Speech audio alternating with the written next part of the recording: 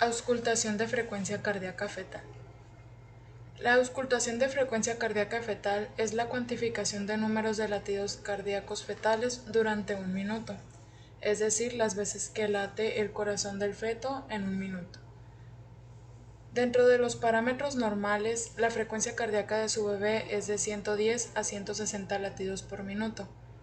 Las contracciones uterinas durante el trabajo de parto son fuertes y regulares, y dentro de los parámetros anormales, la frecuencia cardíaca de su bebé es menos de 110 latidos por minuto o más de 160 latidos por minuto.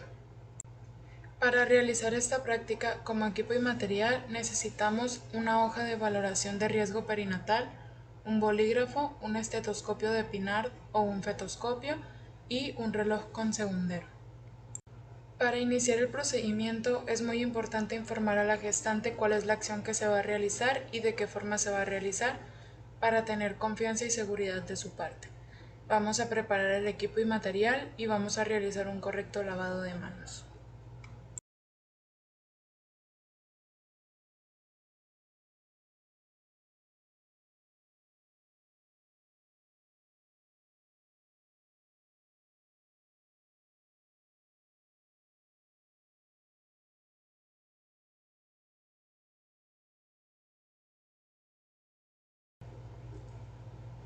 Ahora vamos a apoyar a la paciente para que se coloque en la posición de decúbito dorsal sobre la mesa de exploración. Vamos a descubrir su región abdominal y vamos a comenzar realizando la segunda maniobra de Leopold para localizar el dorso fetal. Vamos a colocar el estetoscopio Pinard o fetoscopio perpendicularmente sobre el hombro fetal anterior y vamos a apoyar el pabellón de la oreja para ubicar el foco. Después vamos a ejercer una suave presión continua sobre el estetoscopio y con la mano libre comenzaremos a tomar el pulso de la madre.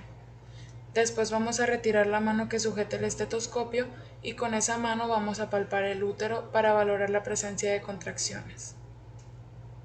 Al terminar el procedimiento es importante realizar de nuevo un correcto lavado de manos. Vamos a ayudar a la paciente a colocarse cómoda y vamos a hacer un registro de la frecuencia cardíaca fetal en nuestra hoja de valoración.